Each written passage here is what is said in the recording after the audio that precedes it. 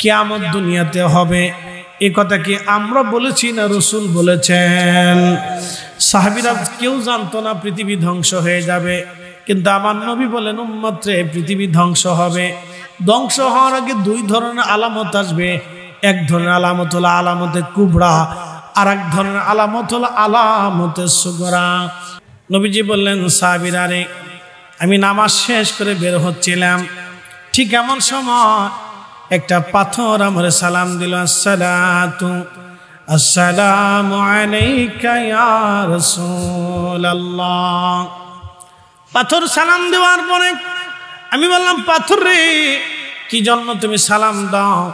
পাথর বললেন, ইয়া রাসূলুল্লাহ 1400 বছর ধরে আমি আপনার অপেক্ষায় দাঁড়ানো আছি। নবী গো, আমি আপনার কদমের ধুলি বালির আশায় আমি পাথর দাঁড়ানো। আমি যদি আরব হতাম, মদিনারি পথ, সেই পথ দিয়ে হেঁটে যাইতেন নূর নবী হযরত, নূর নবী হযরত। পাথর বলল, হুজুর 1400 বছর ধরে আমি আপনার অপেক্ষায় দাঁড়ানো। আমি শুনেছি আপনি এখানে আসবেন, মেরাজ হবে আপনার, এখান থেকে আপনি আসমান জগৎ বরাবর রওনা করবেন। ইয়া রাসূলুল্লাহ, নবী গো, আপনি আমার পিঠের উপরে কদম রেখে রওনা করবেন, বোরাকে সওয়ার হবেন। নবীজি বললেন, পাথর তোমার আবেদন মঞ্জুর। আল্লাহর নবী পাথরের উপরে কদম রেখে নবী পাক সাল্লাল্লাহু আলাইহি সাল্লাম বোরাকের পিঠে চড়বেন। আল্লাহ ডাক দিলেন, পাথর মোমের মতো নরম হও, তুলার মতো নরম হয়ে যাও, যাতে বন্ধুর কষ্ট না হয়, কারণ আমি আমার বন্ধুকে দাওয়াত করেছি সম্মানের সাথে নিয়ে আসার জন্যে। পাথর নরম হয়ে গেল, নবীজির কদম মোবারক রাখলেন, পাথরের মধ্যে নবীজির কদমের দাগ বসে গেল। আজও সেই পাথর বাইতুল আকসাতে এখনো আছে। একসাথে বলবেন আল্লাহু আকবার। সেই পাথর বাইতুল আকসাতে এখনো আছে। নবীজির কদম মোবারকের ছাপ এখনো পাথরের মধ্যে লেগে আছে। সেই পাথর বাইতুল আকসা এখনো আছে। সেই পাথর থেকে এখনো 1450 বছর পরে আল্লাহর বেহেশতের খুশবু অটোমেটিক পাথর থেকে আসতে থাকে। নতুন করে কোনো খুশবু লাগাইতে হয় না, অটোমেটিক খুশবু আসতে থাকে, আসতে থাকে, আসতে থাকে। 1 সেকেন্ডের জন্য কখনো বন্ধ হয় না, বন্ধ হয় না। একবার জোরে বলা যাবে কি ইয়া রাসূলুল্লাহ। কচুয়াবাসী নোয়াগার মুসলমান, ওই পাথর থেকে এখনো ঘ্রাণ সুঘ্রাণ আসে বাইতুল আকসা। এখনো সেই পাথর ওইভাবে রাখা আছে। নবীজির কদম মোবারকের ছাপ পাথরে লেগে আছে। হেরেমে মাকাম ইব্রাহিমে এখনো ইব্রাহিম আলাইহিস সালামের পায়ের দাগ পাথরের মধ্যে লেগে আছে, যেটা মাকাম ইব্রাহিম। কাবা শরীফের পাশে দেখবেন স্বর্ণের মতো কাঁচ দিয়ে ঘিরে রেখে খুব সুন্দর করে একটা ছোট্ট গম্বুজের মতো করে রাখছে। ওটার ভিতরে এখনো ইব্রাহিম আলাইহিস সালামের সেই পায়ের দাগ লেগে আছে। হাজিরা ওখানে এখনো চুমা দেয়, ভিতরে হয়তো ধরা যায় না, কাছের উপর থেকে চুমা দেয়। বন্ধু মনোযোগ দিবেন, ও হাজিরিন, সাইয়্যিদুল ইব্রাহিমের কদম মোবারকের ছাপ এখনো লেগে আছে পাথরের মধ্যে। আমার নবীর কদম মোবারকের ছাপ এখনো বাইতুল আকসার মধ্যে লেগে আছে। বন্ধু, উহুদে যদি চলে যান, আমি নিজে তার রাজ সাক্ষী। এবছর হজ শেষ করে যখন ফিরে আসবো নিয়ত করলাম, মদিনাতুল মুনাওয়ারায় 8 দিন 6 দিন পার হয়ে গেল। রাত্রিবেলা আমরা কয়েকজন আলেম রওনা করলাম যে চলেই তো যাব। দিনের ভাগে উহুদে বহুবার গেলাম, আজকে রাত্রিবেলা আমরা যাব। যেখানে আল্লাহর নবী বিশ্রাম করেছিলেন গোপনে সেইখানে বসবো আর দোয়া করব। আল্লাহর নবীর কিছু কিছু স্মৃতি বিজড়িত জায়গা আছে, একটা জায়গার ঠিকানা দিয়ে যায়। যদি খন্দকে কখনো যান, খন্দকের একটা পাহাড় আছে, পাহাড়ের পিছনে আর একটা পাহাড় আছে। এই পাহাড়ের নাম হচ্ছে জাবাল আবু সিলা। জাবাল আবু সিলাতে ছোট্ট একটা গুহা আছে, একেবারে ছোট্ট একটা গুহা। এইখানে নবীজি 3 দিন একাধারে 3 রাত পর্যন্ত সেজদায় কেঁদেছিলেন। এটা জাবাল আবু সিলা। নবীজি 3 দিন 3 রাত সেখানে সেজদায় কেঁদেছিলেন। আমি সেইখানে গিয়েছি, মিলাদ শরীফ পড়েছি। আমি নিজে ছিলাম ওই যে আপনার ফেন্সুগঞ্জ আলিয়া মাদ্রাসার ভাইস প্রিন্সিপাল মহোদয় ছিলেন এবং বিশ্বনাথ আলিয়া কামিল মাদ্রাসার প্রিন্সিপাল। আমরা 3 জন আর সিলেটের একজন হাজী সাহেব সহ জাবাল আবু সিলাত, যেখানে নবীজি 3 দিন একাধারে সেজদার মধ্যে পড়ে উম্মতের বেদনায় কেঁদেছিলেন, উম্মতের ক্ষমার জন্য নবী কেঁদেছিলেন। সারা মদিনার মানুষ নবীকে 3 দিন খুঁজে পায় না। ওই জাবাল আবু সিলার গুহাতে নবী কেঁদেছিলেন। ওইখানে যাই আমরা মিলাদ পড়লাম, দোয়া করলাম। আল্লাহ নবী ওইখানে সেজদার মধ্যে পড়ে 3 দিন কেঁদেছিলেন। আমরা দোয়া করে আসার পরে দেখি আফগানি হাজিরা পাহাড় বেয়ে বেয়ে বেয়ে বেয়ে দৌড়ায় দৌড়ে আসতেছে। তারা তো পাহাড় বাইতে পারে খুব। দেখলাম আফগানি হাজিরা পাহাড় বেয়ে বেয়ে দৌড়ায় দৌড়ে আসতেছে। খন্দকের ওই পাশ থেকে আসতেছিল। আমরা হযরত জাবের রাদিয়াল্লাহু আনহুর বাড়ির পাশ দিয়ে এসেছিলাম। তার পিছনে জাবের রাদিয়াল্লাহু আনহুর বাড়ি ছিল, সেটা একটা মসজিদ বানাইয়া কমপ্লেক্স করে রাখছে বর্তমানে আর কি। বন্ধু মনোযোগ দিবেন, উহুদে গেলাম। উহুদে যাওয়ার পরে ভাইরা আমার, উহুদে যখন গেলাম, উহুদে যাওয়ার পরে রাত্রিবেলা আল্লাহর কসম আমি আমার চোখকে, আমার নাককে, আমার জীবনকে কখনো ফাঁকি দিতে পারবো না। আমি শুধু ছিলাম না, আরো কয়েকজন আলেম ছিলেন। সিলেটের খাজা মাইনুদ্দিন আহমদ জালালাবাদী সাহেব ছিলেন। আমরা ওইখানে যাইয়া যখন ঢুকলাম, শুধু ঘ্রাণ আসে বাতাসে, ঘ্রাণ ঘ্রাণ ঘ্রাণ। পৃথিবীর কোন আতরের সাথে আতরের কোনো মিল হবে না, এই ঘ্রাণের কোনো মিল হবে না। বাইতুল আকসার পাথরের যে ঘ্রাণ, উহুদের এইখানে সে একই রকম ঘ্রাণ। 1450 বছর পরে এখনো ঘ্রাণ আসতেছিল। আমি উঠে ওই সিমেন্টের ফাঁকা জায়গা দিয়ে মাথা ঢুকাইলাম, চিন্তা করলাম ঘ্রাণ ভিতরে আছে কিনা দেখি। লক্ষ্য করলাম আল্লাহর কসম ভিতরে এত সুন্দর ঘ্রাণ, যেখানে আল্লাহর নবী বিশ্রাম করেছিলেন, এত চমৎকার ঘ্রাণ ওইখান থেকে আসতেছে। বাতাসে বাতাসে ঘ্রাণ ধেয়ে আসে। পৃথিবীর কোনো আতরের সাথে সেই ঘ্রাণের কখনো মিল হবে না। একবার জোরে বলা যাবে কি আল্লাহু আকবার। প্রিয় বন্ধুগণ, কচুয়াবাসী খুব মনোযোগ দিয়ে শুনে যাবেন। বাবাজি, আমি আলোচনা শুরু করার আগে আমার রসুল করিমের সম্মান নিয়ে, পবিত্র মেরাজ নিয়ে আমার রব আমার আল্লাহ আয়াত তেলাওয়াত করেছিলাম। আল্লাহ বলেন সুবহানাল্লাযী আসরা বিআবদিহি লাইলাম মিনাল মসজিদিল হারামি ইলাল মসজিদিল আকসা।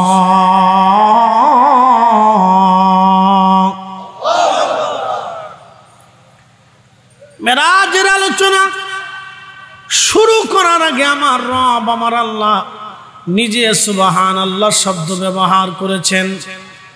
প্রিয় উপস্থিতি, মনোযোগ দিবেন। সামনে পবিত্র মেরাজ কেন আল্লাহ ঘটাইলেন? কোরআন আল্লাহ বললেন, আমি এই বাইতুল্লাহ থেকে বাইতুল আকসা পর্যন্ত আমি আশ্রা করিয়েছি, সফর করাইলাম আমার নবীকে।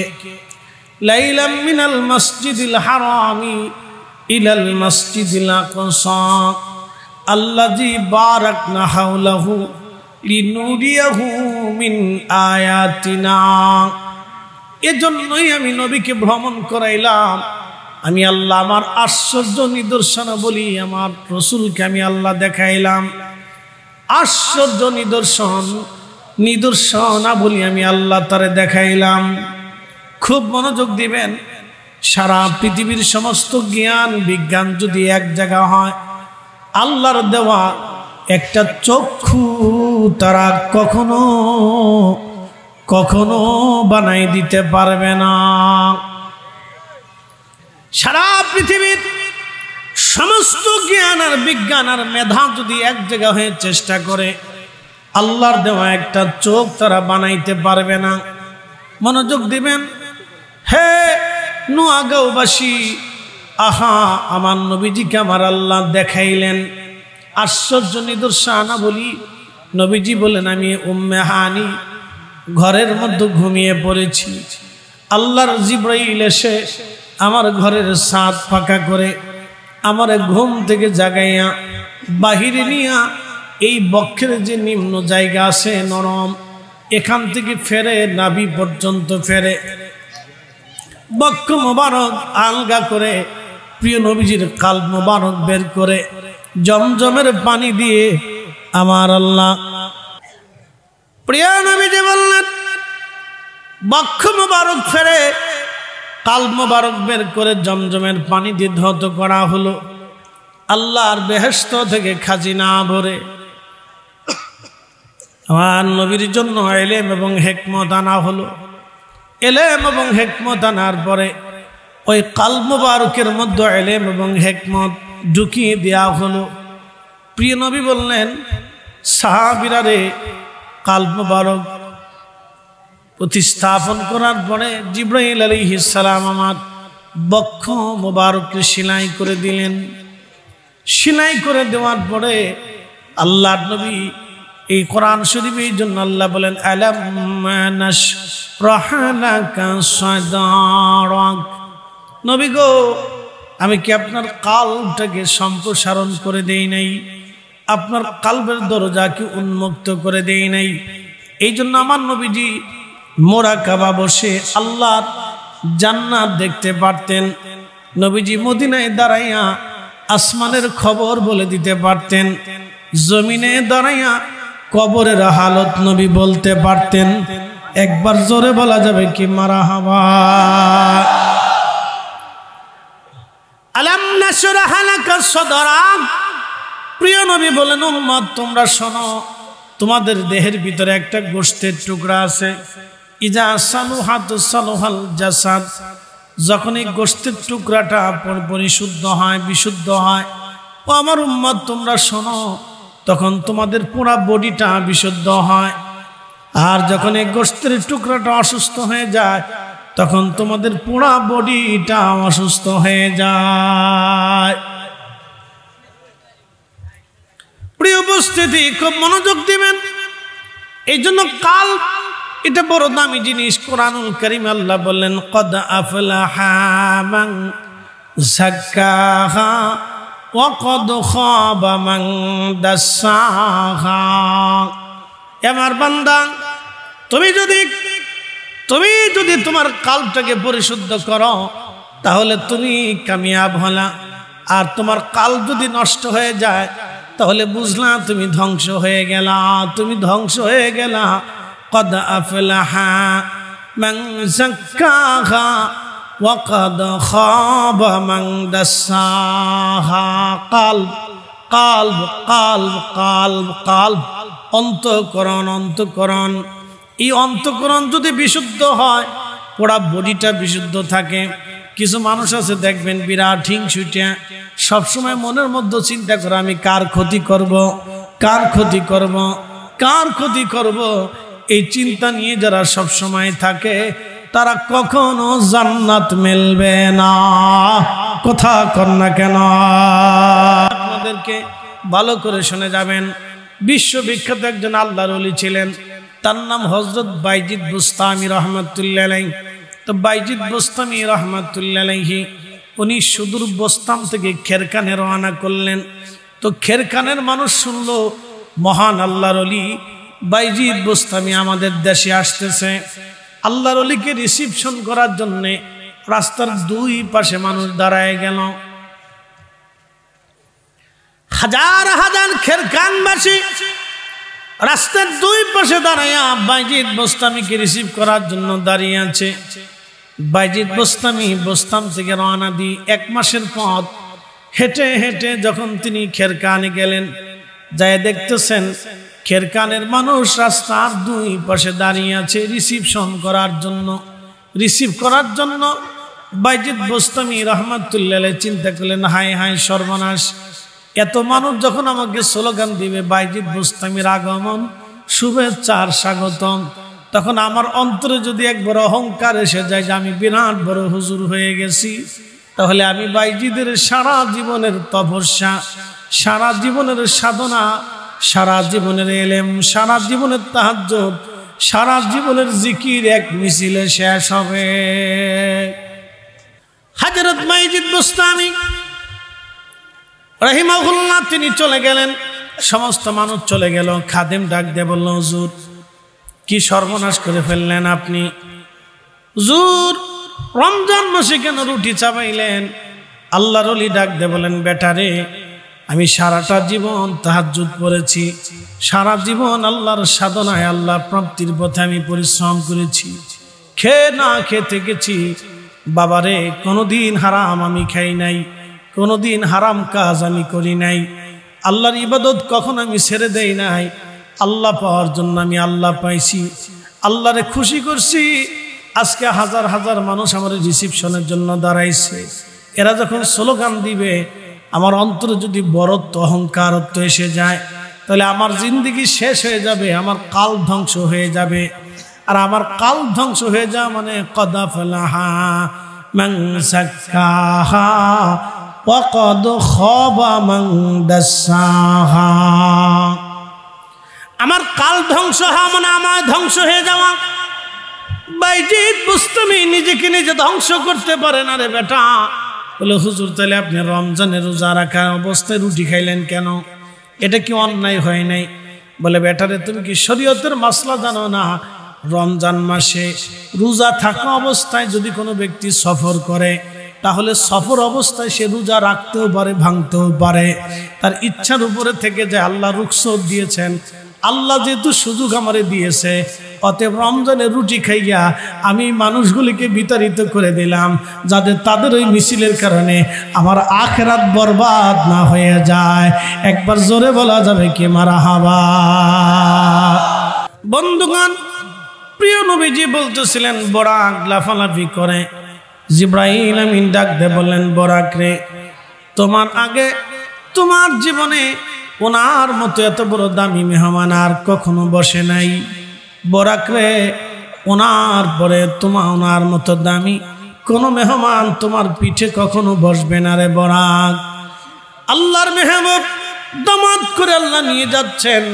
বরাক সাবধান, বেয়াদবি করো না। নবীজি বললেন, বরাকের কথা শুনে, জিবরাইলের কথা শুনে বরাক এমন ভাবে চুপসে গেল, ভয় পেয়ে গেল। বরাকের পশম থেকে ঘামগুলি বের হয়ে হয়ে একেবারে বরাক ভিজে চুপসে গেল। একবার জোরে বলা যাবে কি সুবহানাল্লাহ? বন্ধু খুব মনোযোগ দিবেন। আল্লাহর নবী বলতেছেন, উম্মত বুরাকের পিঠে সওয়ার হলাম, রওনা করলাম। আমি যাইতেছিলাম, দেখলাম মুসা নবী, মারাতু বি মুসা ওয়া হুয়া ইউসাল্লি ফি কবরিহি। আমি দেখলাম মুসা নবী নিজ কবরে রওজা শরীফের ভিতরে দাঁড়ায় দাঁড়ায় মুসা নবী নামাজ পড়ে। একবার জোরে বলা যাবে কি মারহাবা? প্রিয় নবী বললেন, হে আমার উম্মত, তোমরা শুনে নাও, আমি নবী দেখলাম মারাতু বি মুসা ওয়া হুয়া ইউসাল্লি ফি কবরিহি। আমি মুসাকে দেখলাম নিজ কবরের ভিতরে দাঁড়ায় দাঁড়ায় দাঁড়ায় মুসা নামাজ পড়ে। মুসা নবী যদি নিজ রওজা শরীফের মধ্যে দাঁড়ায় দাঁড়ায় নামাজ পড়ে, তাহলে আমাদের নবী এখনো আছে না নাই? রওজা শরীফের জিন্দা জিন্দা জিন্দা, কথা বলেন ঠিক কিনা? আমার নবী বললেন, 2 রাকাত নামাজ আমি পড়াইলাম, এখন প্রশ্ন করি জবাব দিবেন। নামাজ এসেছে মেরাজ থেকে ফিরার পথে, কিন্তু আমার নবী নামাজ পড়লেন মেরাজে যাওয়ার আগে। নামাজ আইলো মেরাজ থেকে ফিরার পথে, কিন্তু আমার নবী নামাজ পড়াইলেন মেরাজে যাওয়ার আগে। এখন তার অর্থ হলো বোঝা যায় আল্লাহর নবী মেরাজে যাওয়ার আগে নামাজ সম্পর্কে অবহিত ছিলেন। কথা বলেন ঠিক কিনা? এই জন্য আল্লাহ কোরআনে বললেন, কামা আরসালনা ফীকুম রাসূলাম মিনকুম ইয়াতলু আলাইকুম আয়াতিনা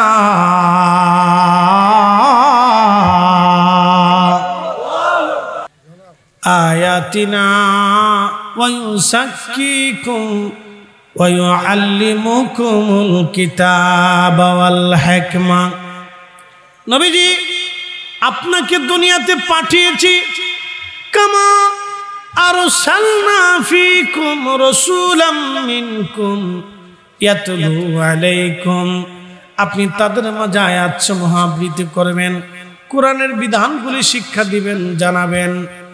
আহা, এরপর আল্লাহ বললেন ওয়া ইউযাক্কিকুম, আপনি তাদেরকে পবিত্র বানাবেন, ওয়া ইউআল্লিমুকুমুল কিতাবা ওয়াল হিকমা, এবং আপনি তাদেরকে কিতাব শিক্ষা দিবেন, হিকমত শিক্ষা দিবেন। এরপরে আল্লাহ বলেন ওয়া ইউআল্লিমুকুম মা লাম তাকুনু তা'লামুন।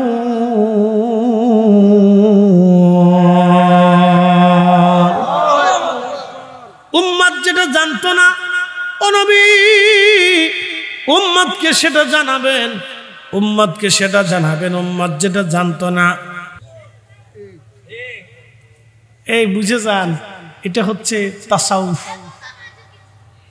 এটা তাসাউফ। বাচ্চাদেরকে একটু দূরে সরাই, এটা তাসাউফ, বাচ্চাদেরকে একটু দূরে সরিয়ে। এই প্যান্ডেলের আশেপাশে বাচ্চারা থাকলে ওটা কেউ কেউ হাউসাউ করবে, ঝামেলা। আসলে আমরা অনেকগুলি মানুষ, কোনো শব্দ নাই, কিন্তু দুই বাচ্চার জ্বালায় ঘুম নাই। কথা ঠিক আছে? আমরা অনেক মানুষ, কোনো শব্দ নাই। যদি এই কটা বেডি মানুষ এই জায়গায় থাকতো তাহলে আর উপায় ছিল না। কি কথা খারাপ কিছু ভাই? একবার তুফান চলতো, তুফান। এ কয়জন আমরা যতগুলি পুরুষ আছি, এ কয়জন যদি মহিলা থাকতো তাহলে এখানে তুফান চলত। কার ফেটে কত কথা আছে আর কত তাড়াতাড়ি বের করা যায়, কত দ্রুত গতিতে ফেটের কথাগুলি বের করা যায়, বলার লাগে খুব ব্যস্ত থাকতো। আমরা পুরুষ মানুষ দেখেন চুপচাপ, কোনো শব্দ নেই। আল্লাহু আকবার। এর লেগে আল্লাহ আমরা আল্লাহ পুরুষ বানাইছে, বেডি বানাইছে না। তো খুব মনোযোগ দিন। আমি নাম দিচ্ছি আনলিমিটেড রেডিও, ব্যাটারি ছাড়া চলতেই থাকে। BBC news. পৃথিবীর কোথাও কোনো সংবাদ না পেলে আপনি বেডিকের কাছে সংবাদ পাবেন, সব আজগুবি আলাইহিস সালাম।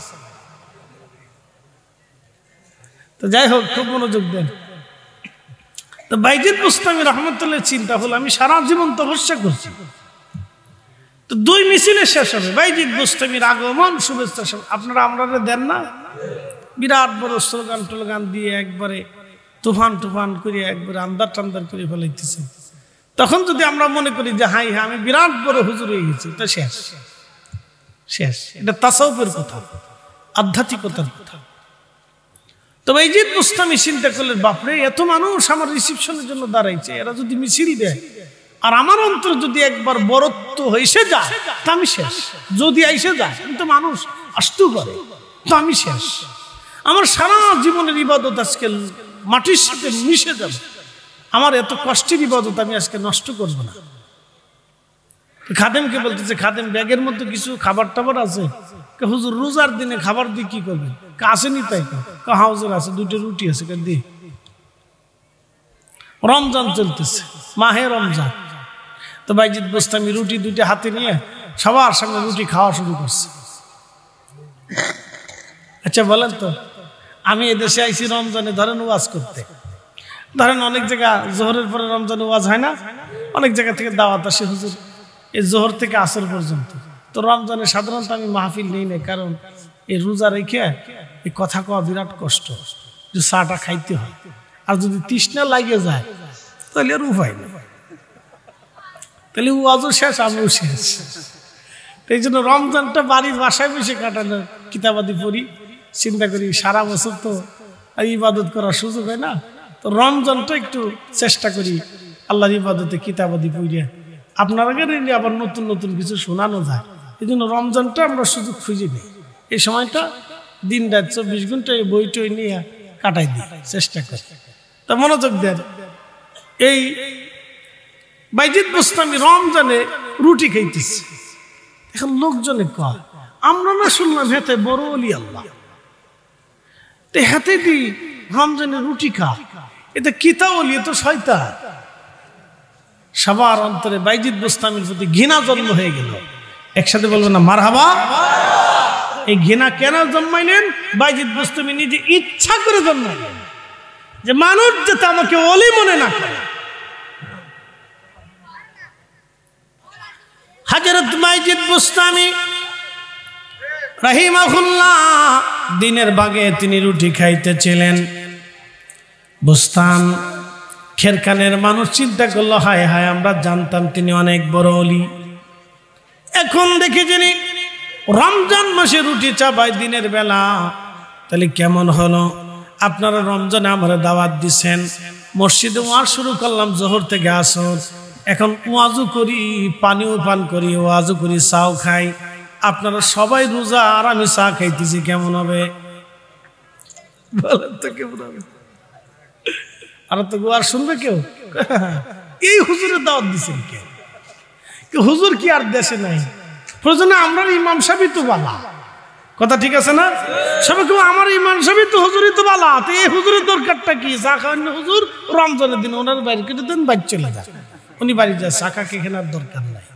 তো সবাই থুতু থুতু করে বলতেছে, হাই হাই হাই হাই, আমরা কারে দাওয়াত করে আনছি রমজান মাসে ওয়াজ শোনার জন্য, সে দিনের বেলা রুটি খায়, এটার লেগে আমরা আর কোনো সম্পর্ক নাই। তো সব লোক থুতু টুতু ফেলাইয়া ধুর দূর ধুর দূর কার জন্য রাস্তার পাশে দাঁড়ায় রয়েছি, সবাই চলে গেল। তেলের গাড়ি তেলে চলি, হাওয়ার গাড়ি হাওয়ায় উড়ে, বিনা তেলে চালাই গাড়ি নবী সুলাইমান। আমরা সেই মুসলমান, আমরা সেই মুসলমান, কথা বলেন ঠিক কিনা? জবান খুলে দেন আল্লাহুম্মা সাল্লি আলা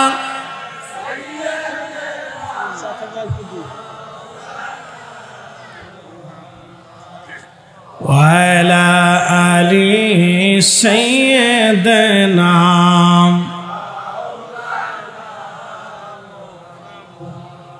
প্রিয় ভাই আমার, নবীজি বলেন উম্মতরে, আমার বক্ষ সেলাই করে দেওয়ার পরে একটা বাহন আনা হলো। এই বাহনের নাম হচ্ছে বোরাক। গাদার চাইতে বড়, খচ্চরের চাইতে ছোট একটা প্রাণী বোরাক।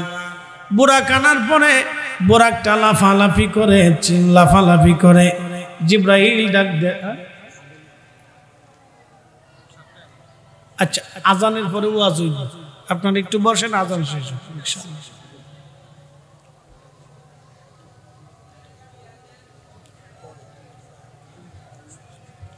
ইনশাআল্লাহ। আমাদের এখানে পরে জামাত হবে, ঠিক আছে? আমরা পরে নামাজ পড়ি না, শেষ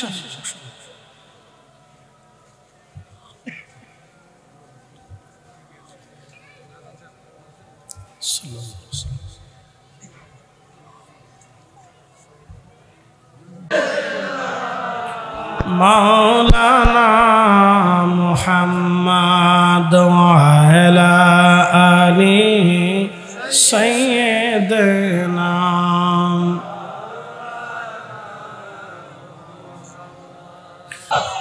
প্রাণী রাসূলের সম্মানকে কিভাবে ভয় পায় আপনি একটু চিন্তা করবেন। আল্লাহ রাসূল বলতেন, উম্মত কিয়ামতের আলামতের একটা আলামত হচ্ছে নতুন নতুন আলেম তৈরি হবে, পূর্বতন আলেমদেরকে নির্বোধ মনে করবে, বোকা মনে করবে। কথা ঠিক আছে না ভাই? কিছু ভাইরা বলে যে আগের মানুষ বুঝতো না, এর লাগে মিলাদ পড়ছে। জিজ্ঞেস করবেন, বেটা বেটা আগের যারা মানুষ ছিল, আগের যারা হুজুর ছিল, এই সারা 3 গ্রামের এক মসজিদ ছিল, এক মসজিদের একজন ইমাম ছিল, তাকে আমাদের দেশে মুন্সি সাহেব বলতো অথবা মোল্লা সাহেব বলতো। কথা ঠিক আছে না? 3 গ্রাম মিলে এক মসজিদ, অথবা বিরাট বড় গ্রামের একটা মসজিদ ছিল। সারা গ্রামের সব মানুষ অথবা 2-3 গ্রামের মানুষ ওই এক মসজিদে এসে নামাজ পড়ত। ওই যে ইমাম ছিলেন তিনি মুন্সি অথবা মোল্লা বলা হতো।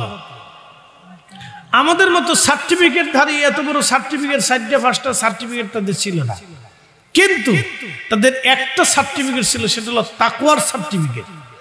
এত তাকওয়া ছিল, কোন বাড়ির মহিলা বেপর্দা চললে মুন্সি সাহেব মোল্লা সাহেব ওই বাড়িতে জীবনে ভাত খাইছেন। কি কথা কর না কেন? জোরে বলেন। সুদের হিসাব তো আরো পরে, বাপরে বাপ, সুদ তো আরো পরে। সুদ খাইলে তো তার কোন কথাই ছিল না, তারা তো মুসলমানই মনে করতো না সেই জমা। কি কথা ঠিক আছে না? আগের জমানাতে মানুষ সুদ খাইলে মুসলমানরা তারা মুসলমানই মনে করে নাই, ওই বাড়ি খাবার দাবারই খাইছে না, না খেয়ে থাকছে তো খাইছে না। তো মোল্লার আমাদের মতো এত সার্টিফিকেট ছিল না, কিন্তু একটা সার্টিফিকেট ছিল, সে তাকওয়ার সার্টিফিকেট। এই তাকওয়ার সার্টিফিকেটের কারণে পানির মধ্যে ফু দিছে, ফু দিলে পানি আর পানি থেকে নেই, পানি ওষুধ হয়ে গেছে। বুঝতে পারছেন? তো আগের যুগের মোল্লারা মিলাদ বন্ধ করতেন না, তারা হারাম বন্ধ করতেন। জোরে বলেন, কথা বলেন। তারা দুরুদ খতম দোয়া বন্ধ করার জন্য না,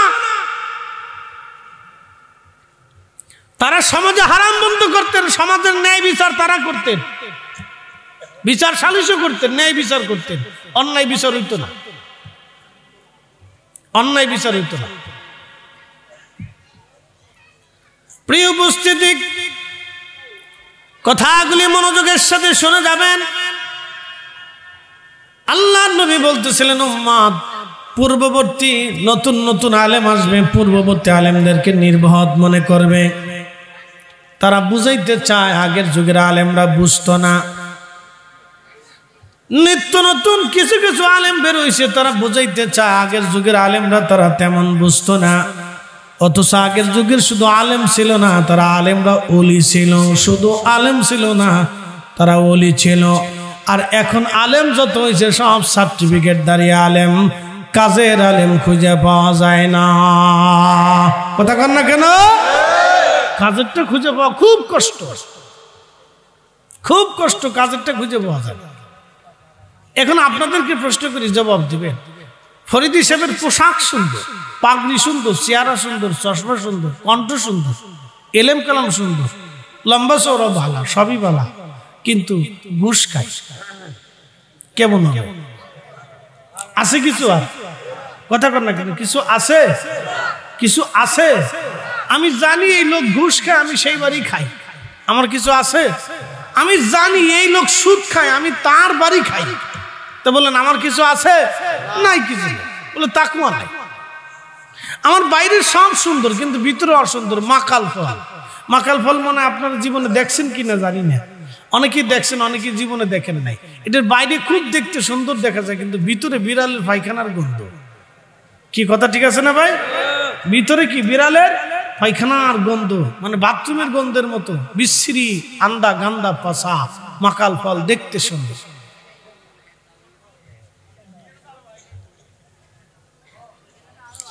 মাকালের ফল দেখতে ভালা, ভিতরে বাহিরে লাল নীল, ভিতরে কালা। মাকালের ফল দেখতে ভালা, বাহিরে লাল নীল, ভিতরে কালা। কে নামাজ পড়ে? কোন জায়গা? জোরে বলে। তো সৌদির পুলিশ, বুঝেন, সৌদির মতুয়া রওজা শরীফের পাশে দাঁড়ায়া কি আহাজ, আল্লাহ রুহ হাজি চলে যা, মোহাম্মদ রাসূলুল্লাহ কাদমাতা, মোহাম্মদ মরে গেছে, এখানে কিচ্ছু নাই। ইয়াল্লাহ কাবা, ইয়াল্লাহ কাবা। এরে তুই কাবার দিকে ঘুরে যা, কাবার দিকে ফিরে মোনাজাত কর। তুই এদিকে মোনাজাত করিস কে? তুই কাবার দিকে ফিরে মোনাজাত কর। ইয়াল্লাহ কাবা, তুই কাবার দিকে ফিরে মোনাজাত কর, তুই এখানে মোনাজাত করিস কে? আচ্ছা আপনারা বলেন তো, আমরা কবরের দিকে ফিরে মোনাজাত করি, আর মসজিদের দিকে ফিরে মোনাজাত করি, আর কাবার দিকে ফিরে মোনাজাত করি, আমরা চাই কার কাছে? হ্যাঁ, বুঝছে যান। আপনারা আমার সামনাসামনি না, আমি আপনাদের সামনাসামনি না। এখন মোনাজাত ধরলে আমরা কোন দিক ফিরব? আপনারা ওই দিক ফিরে যাবেন, আমি যেহেতু কেবলামুখী আছি, তাহলে আপনারাও আস্তে করে ঘুরে যাবেন, নাকি বলেন? তাহলে আপনারা আমার সামনে, আমরা স্টেজে যারা আছি সবাই আপনাদের সামনে। এখন মোনাজাত ধরার সময় আমরা করবো যে আপনারা যারা সামনে আছেন তারা আমরা দেন, এটি দেন, সেটি দেন, আর আপনারা যারা আছেন আপনারা যারা আমরা সামনে আছেন আপনারা এটি দেন, সেটি দেন, আমাদের বিদ্যা দেন, বুদ্ধি দেন, টেহা দেন, পয়সা দেন, খাবার দেন, নিরাপত্তা দেন, রহমত দেন, বরকত দেন, নাকি এরকম হয়? আমরা সবাই কার কাছে চাই? তো রসুল করিমের রওজার দিকে ফিরে মোনাজাত করলে এরা বেদাতের ব্যাখ্যা দেয় কেন? তারা বুঝাইতে চায় যে মোহাম্মদ মরে গেছে, তো মোহাম্মদ যদি মরে থাকে তাদের বিশ্বাস অনুযায়ী যে ওখানে যদি কিছু না থাকে, আমরা তো রসুলের কাছে চাই না, আমরা তো আল্লাহর রসুলের আল্লাহর কাছে চাই। কথা ঠিক আছে না ভাই? আচ্ছা, কাবার দিকে ফিরে মোনাজাত করলে কি আমরা কাবার কাছে চাই না কাবার রবের কাছে চাই? আমরা রসুলের দিকে ফিরে মোনাজাত করলে কি আমরা নবীর কাছে চাই না নবীর রবের কাছে চাই? তো রসুলের রবের কাছে চাই, তো কাবারও রবের কাছে চাই, তো কাবার দিকে ফিরলেও যা, নবীর দিকে ফিরলেও যা। কি কথা কর না কেন? রসুলের দিকে ফিরে মোনাজাত করলে বেদাতের ব্যাখ্যা, আর কাবার দিকে ফিরে মোনাজাত করলে সুন্নতের ব্যাখ্যা। কারণটা কি? এর অর্থ হচ্ছে রসুলের সাথে বেয়াদবি, নবীর সাথে দুশ্মনী। কথা কর না কেন? ঠিক কিনা? এরা বুঝাইতেছে আমরা খুব দিন বুঝি, আর কেউ দিন বুঝে না। এটা হচ্ছে প্রকান্তরের পরোক্ষভাবে রসুলের সাথে বেয়াদবি করা। কথা ঠিক আছে না ভাই? আমরা কি মদিনাতে কাবার কাছে যাই না রসুলের কাছে যাই? জিয়ারত কাবার সাথে করি না রসুলের সাথে করি? সালাম কি কাবারে দেই না রসুলকে দেই? তো রসুলের দরবারে যে আমি এদিকে ফিরে মোনাজাত করলে বেদাতের ব্যাখ্যা কেন আসবে? এগুলি হচ্ছে তারা তাদের অতিরিক্ততা, বেশি বেয়াদবি। এখন প্রশ্ন আর একটা, মেরাজ যদি বুঝেন তো রসুল বুঝবেন। নবীজি দুনিয়াতে মেরাজ হচ্ছে, রসুল করিম বোরাকের পিঠে জড়জগৎ দিয়ে রওনা করছেন, আর মুসা আলাইহিস সালাম পরজগতে নূরের জগতে নিজ রওজা শরীফে নামাজ পড়েন।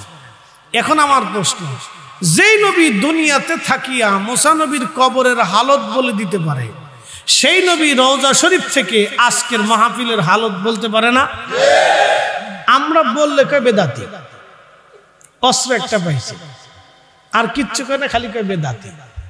আল্লাহ তাদেরকে হেদায়েত করুক, আর আল্লাহ আমাদের ঈমানকে আরো মজবুত করুক। আমরা তাদের হেদায়েতের জন্য দোয়া চাই। কথা ঠিক আছে না ভাই? গালিগুলি তো দিতে পারবো না, রাগটাগ করতে পারবো না, তারাই আমরা ভাই, ভুলের মধ্যে পড়ে গেছে। কথা ঠিক আছে না ভাই? আমরা তাদের হেদায়েতের জন্য দোয়া করি যে আল্লাহ ভাইদেরকে গুমরাহি থেকে বের করে এনে যেন সঠিক মতের উপরে, বিশ্বাসের উপরে, ইয়াকিনের উপরে আল্লাহ তাদেরকে দায়েম করে দেয়, আল্লাহর কায়েম করে দেয়। নতুবা সে জীবনে অনেক নামাজ হবে কিন্তু কামালিয়াত হবে না। একটা কথা আজকে আপনাদেরকে বলে দিয়েছি, যারা আমাদের বিভিন্ন ঘরানার আছে সবাই কিন্তু দাবি করে আমরা আহলে সুন্নাত ওয়াল জামাত। যারা বুকে হাত বেঁধে নামাজ পড়ে ওরাও কে আমরা আহলে সুন্নাত ওয়াল জামাত। অন্যান্য যারা বাংলাদেশে আছে তারাও কে আমরা আহলে সুন্নাত ওয়াল জামাত। সবাই কয় আমরা আহলে সুন্নাত ওয়াল জামাত।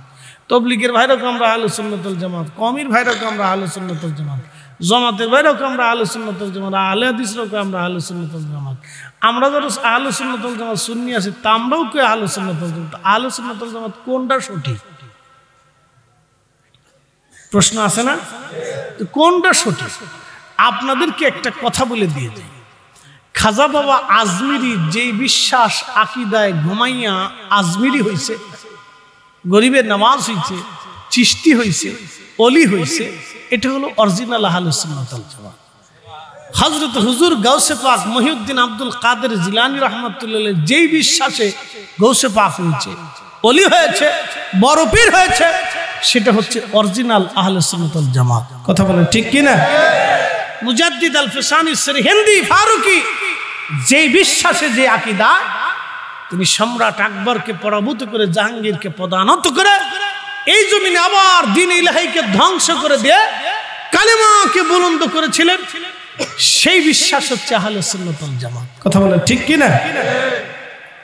যারা যত দাবি করুক, দাবি করলে তো হয় না, সবাই দাবি করে আমার মাল ভালো, কিন্তু সবাই দাবি করে আমার পণ্য ভালো, কিন্তু সরকার পরীক্ষা নিরীক্ষা করলে বোঝা যাবে কোনটা অরিজিনাল আর কোনটা ডুপ্লিকেট।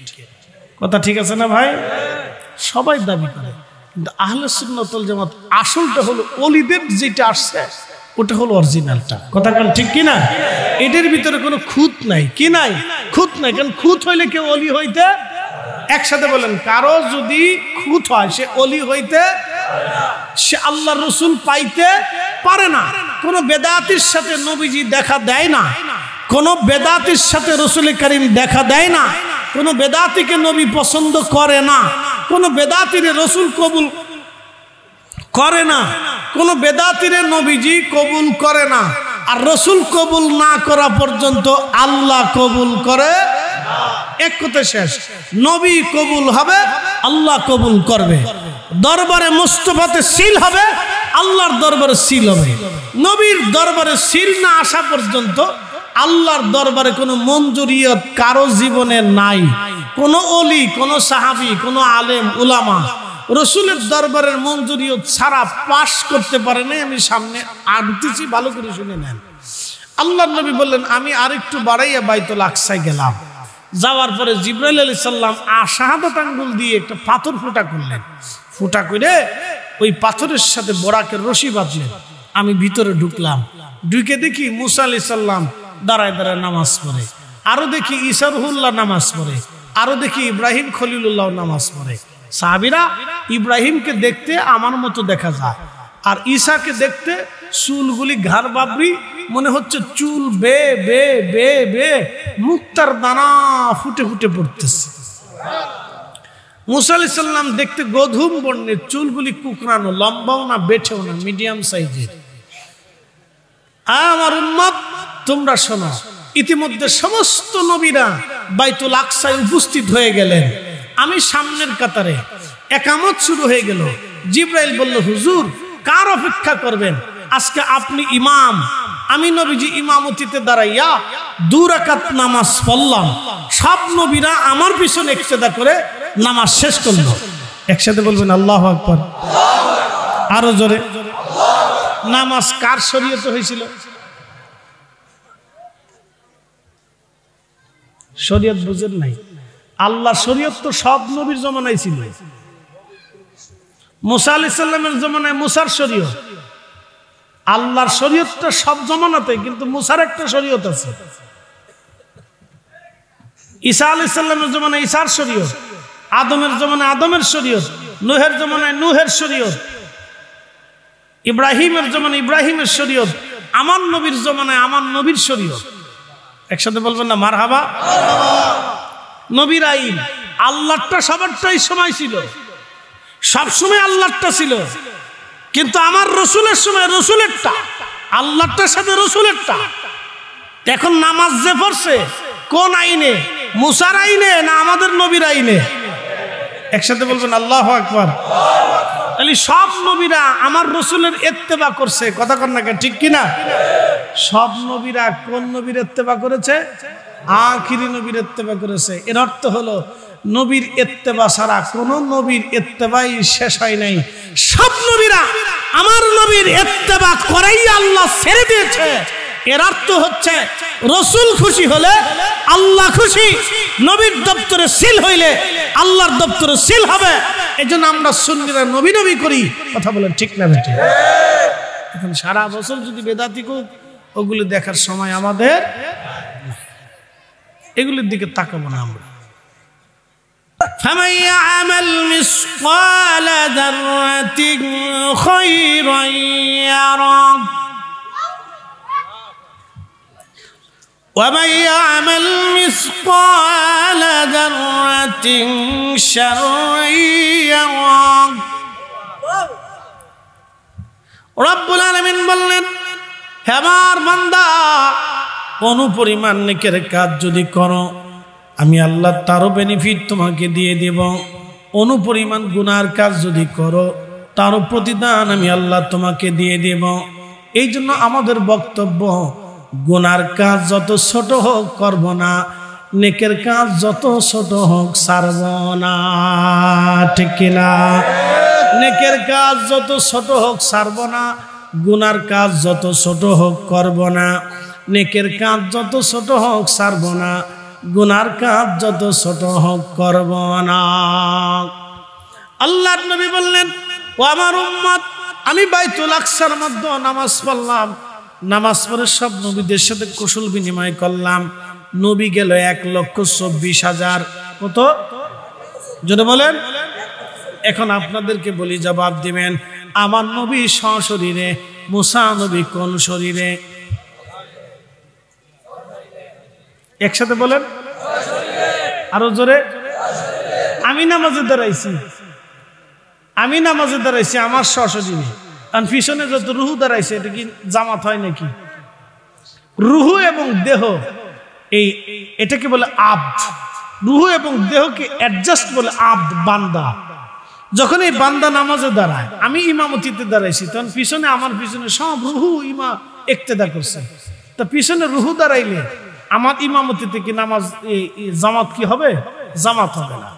তো জামাত হইতে হলে আব্দ, রুহু এবং দেহ অ্যাডজাস্ট থাকতে হবে। এই জন্য রসুল জামাতে নামাজে দাঁড়াইছেন। নবীজির দেহ এবং রুহু মিলে আল্লাহর নবী সশরীরে উপস্থিত। সব নবীরা ওই দিন রুহু আসে নাই, সব নবীদের সশরীরে আল্লাহ তাদেরকে উপস্থিত করাইয়া আমার নবীর পিছনে ইক্তেদা করাইয়া ছাড়ছে। এটা আমার রাসূলের শ্রেষ্ঠত্ব, এজন্য তিনি ইমামুল মুরসালিন। একসাথে বলবেন আল্লাহু আকবার।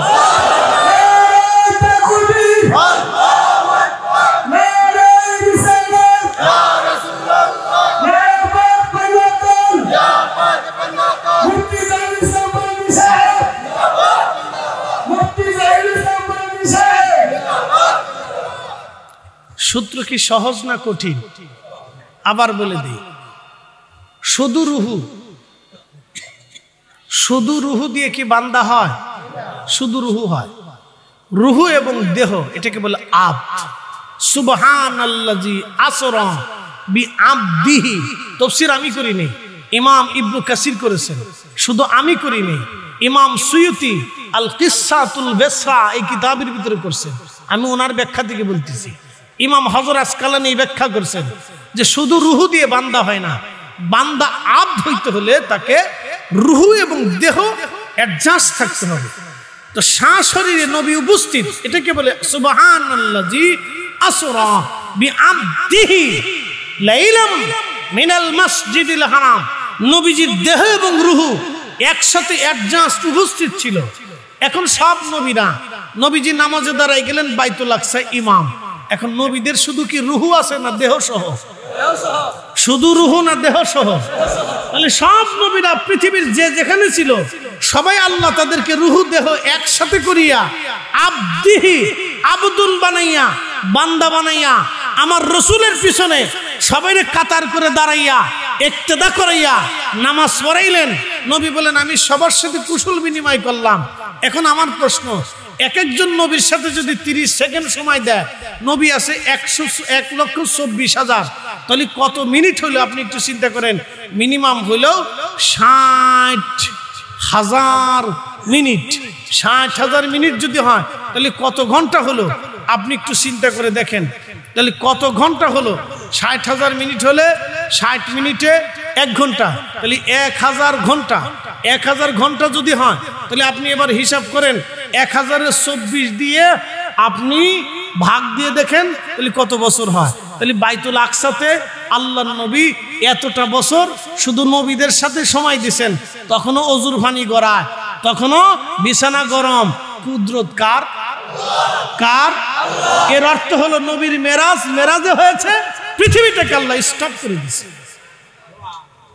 আসতে হয়ে গেল না? আরো জোরে, আরো জোরে। এই সম্মান কার? এই মর্যাদা আল্লাহ কারে দিছে? এই সম্মান আল্লাহ কাকে দিছে? এখন যারা ছোট ছোট করে রসুলের ইজ্জত ছোটখাটো করে দেখতে চায়, বোঝা যায় তাদের অন্তরের ভিতরে ঘাপলা আছে, ইমানে ঘাপলা আছে। আমরা বললে কয় বেদাতি, ইমানে কি আছে? ঘাপলা আছে। আমরা ঘাপলার ভিতরে নাই, আমরা পরিষ্কারে আসতে চাই। কথা ঠিক আছে না ভাই? কবরে যাওয়া লাগবে না, হাসরে দাঁড়াইতে হবে না, হাউজে কাউসারের পানি লাগবে থাকবে নাকি আপনাদের? না পানি ছাড়াই বেহেশতে চলে যাবার চান? হাসরের ময়দানে দাঁড়াইতে হবে না? পানি লাগবে নি? তা হাউজে কাউসার ছাড়া আর কোনো পানি টানি আসেনি? মেঘনা, পদ্মা, যমুনা, ব্রহ্মপুত্র, নীল নদ, সুরমা নদী, এগুলো কোনো ব্যবস্থা হাসরের ময়দানে আছে? তা হাউজে কাউসারের পানির মালিকানা আল্লাহ কারে দিছে? জোরে বলেন। তাহলে পানি খাইতে হলে রসুলের কাছে যাইতে হবে না? যাইতে হলে নবীর গোলাম হইতে হবে না? দুনিয়াতে রসুলের উপর একিন বিশ্বাস পরিপূর্ণ না হলে হাউজে কাউসারের পানি নসিবে হবে না। কথা কন না, ঠিক আছে না? এই জন্য আমরা নবী নবী করি। কথা কি বুঝাইতে পারছি আপনাদেরকে?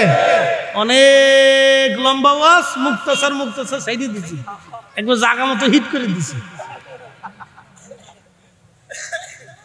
সহজে সহজে বুঝাই দিতেছি। আমার এই সামান্য ইলম কালাম দিয়ে আপনাদেরকে যতটুকু সম্ভব বুঝাই।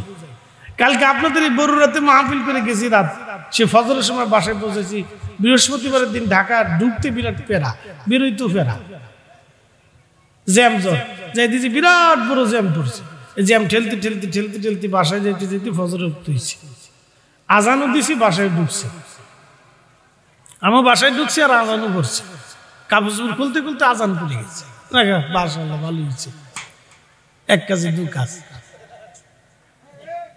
তো খুব মনোযোগ দিয়ে তো এই ফজর টজর পড়ে সময় একটু ঘুমায় টুমায় নামাজ কালাম পরে আবার রওনা দিয়ে যাই। সে মাগরিব ধরছি, কোন রকম ধাক্কাতে ধাক্কাতে এসে মাগরিব ধরছি। দুনিয়ার মুসল্লিরা আইসে দাওয়াত টাওয়াত দিতে কয়ে, হুজুর এনে দাওয়াত এনে দাওয়াত। আমি কি দূরে এত সময় নেই আমার, মাগরিব ধরতেই মুক্তাসার সাইডে দিয়ে চলে এসেছি। আর লোকজন মোবাইলে না পাই মসজিদে যাওয়া ধরছেন, কি করবো? কিছু তো করার নেই, মোবাইলও রিসিভ করে সারা যায় না। একটার পর একটা আইতি থাকে আইতি থাকে, ফাগলই যাওয়া লাগে মাঝে মধ্যে। তো খুব মনোযোগ দেন। তো এই আইসে এই ঘুম নাই, খাওয়া নাই, দেওয়া নাই, ঠিক নাই, আইসে কোন রকম মাগরিবের ওই বাসার ভিতরে আমরা কয়েকজন মিলে জামাতটা কইরে হাঁসের মতো করে গিলছি। চিন্তা করলাম যদি গিলি না গিলি, ফেটের ভিতরে না গেলে তো বিপদ। তো ফরেরটা দিয়ে ধরবো, এটা তো টাইম পাইতাম না। তো হাঁসের মতো একটু গিলে ফেটের ভিতরে ঢুকাই দিয়ে আমি চলে এসে আগে শুরু করি, পরেরটা পরে দেখবানি। একসাথে বলি না আল্লাহু আকবার। দয়া কার? আল্লাহ। চলবে না আর একটু চলুক ইনশাল্লাহ, আল্লাহ কবুল করুক বলে না আমি। সারা রাত্রি চলুক নাকি? পরেরটা আর যাওয়ার দরকার নেই না, থাক। পরে ওই বেটারা কালকে বাসায় যায়, হুজুর মাহফিলে যত খরচা টরচা হয়েছে এগুলো দিয়ে দেয়, আর ইজ্জত মিজ্জত যত ফাংশন হয়েছে তা আপনি ফেরত দিয়ে দেন। বিপদ না? বিরাট বিপদ। এই ফেরার কোনো শেষ নেই। যে বেটা দাওয়াত করে এই বেটা জানে যে জ্বালা কারে কয়। যদি হুজুর মিস করে তাহলে ওই বেটার মায়ের মিস নেই। খুব মনোযোগ দিবেন। ইয়া রাসূলুল্লাহ,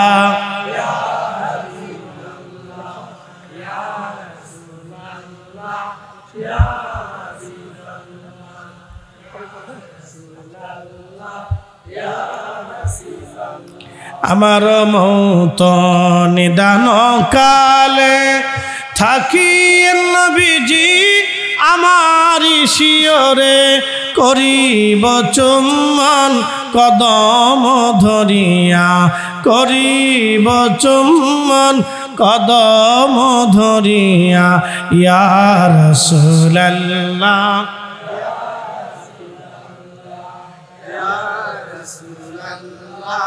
ইয়া হাবিবাল্লাহ। মাতা পিতা যাহাদের অন্ধকার কবরে, দেখি নবীজি মায়াবী নজরে, তরায়া লইও হাসর মাজারে, তরায়া লইও হাসর মাজারে। ইয়া রাসূলুল্লাহ, ইয়া রাসূলুল্লাহ, ইয়া হাবিবাল্লাহ। আল্লাহুম্মা সাল্লি আলা সাইয়্যিদিনা, মাশাআল্লাহ, মুহাম্মাদ ওয়া আলা আলি সাইয়্যিদিনা।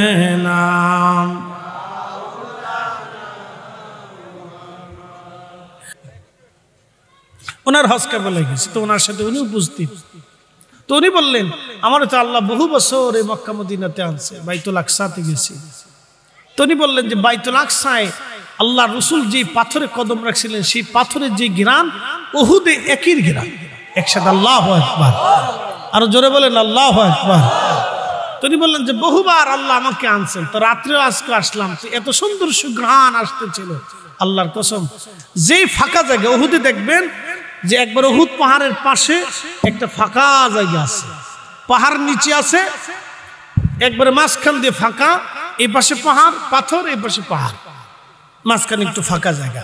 ওইখানে আল্লাহ রসুলকে বিশ্রাম করানো হয়েছিল। নবীজির দন্ত শহীদ হয়েছিল, মাথা কেটে গিয়েছিল। নবীজিকে আহত অবস্থায় জিবরাইল এবং ফেরেশতারা ধরে নিয়ে আবু বকর সিদ্দিক সহ কয়েকজন সাহাবে کرام ধরে নিয়ে ওইখানে গিয়েছিলেন।